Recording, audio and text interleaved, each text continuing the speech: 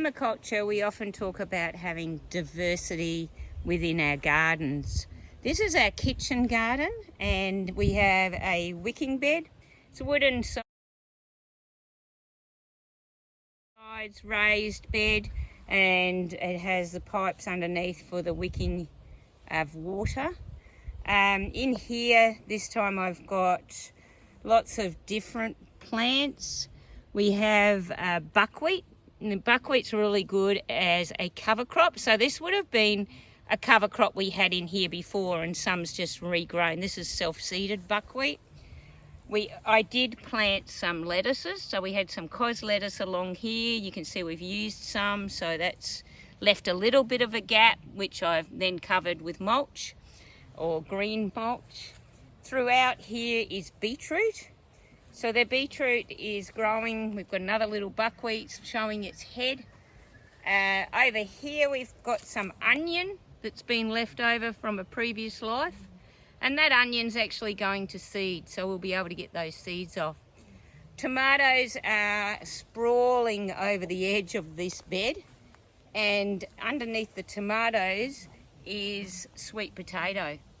So the sweet potatoes under there. The tomatoes are quite large and they're spreading out now. They're all cherry tomato, and there's some nasturtium at the back of the bed.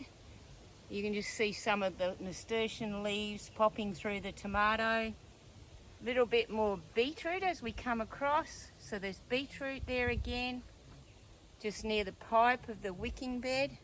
You see the pipe there for the wicking bed.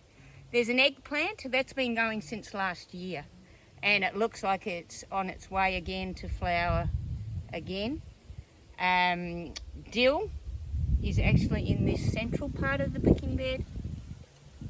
And then popping in here is a little bit of chamomile. So that just gives us an attractant for a few of the bees. It's wonderful to have a difference of plant life.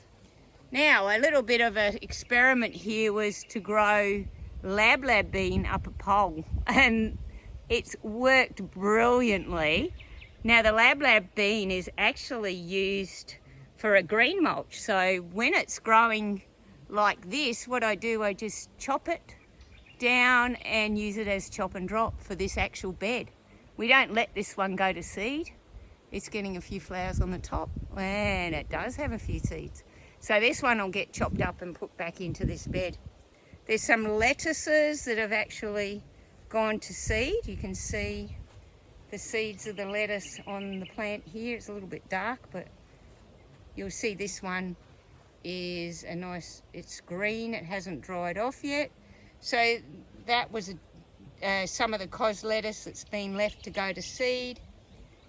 Another bit of chamomile there, and that's just popping out over the garden bed. We just let things sprawl over the garden edges. This was a thistle that's actually been broken off and fed to the horses. The horses are really very happy when they get thistles. And popping in here now, I've just recently planted some opal basil. Some of it's a little bit green, or it could even be weed. But anyway, we'll just wait till that grows up. There looks like there's a tulsi, and that's a basil as well. So that one's a self-seeded plant. We didn't plant that here. But that gives you a bit of an idea of how much you can squish into one garden bed.